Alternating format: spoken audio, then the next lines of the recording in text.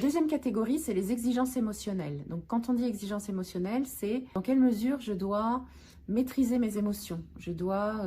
par exemple, toujours être accueillant, je dois être de côté, en fait, ce que je peux ressentir sur le moment, parce que je dois délivrer un service ou une attitude envers quelqu'un, et ça fait partie de mon travail. Ça peut être tous les professionnels de santé, par exemple, sont concernés par les exigences émotionnelles, tous les personnels administratifs qui sont en face de public,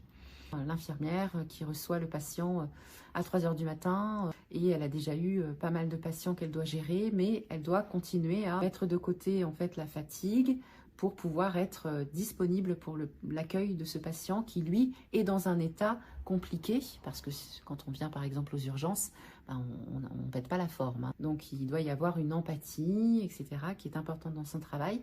qui fait qu'elle est obligée de faire ça, même si émotionnellement elle est fatiguée, etc. Mais ça peut être aussi une gestionnaire d'une structure, peu importe, qui a des clients et le client demande un document dont il a absolument besoin et le problème informatique qu'il y a depuis le début de la semaine ne s'est pas résolu et ça l'empêche de générer ce document important pour le client. Et donc, faire face à cette frustration du client constante pendant toute la durée de la semaine, ça peut être compliqué au niveau émotionnel parce qu'elle doit continuer à être correcte, empathique, etc.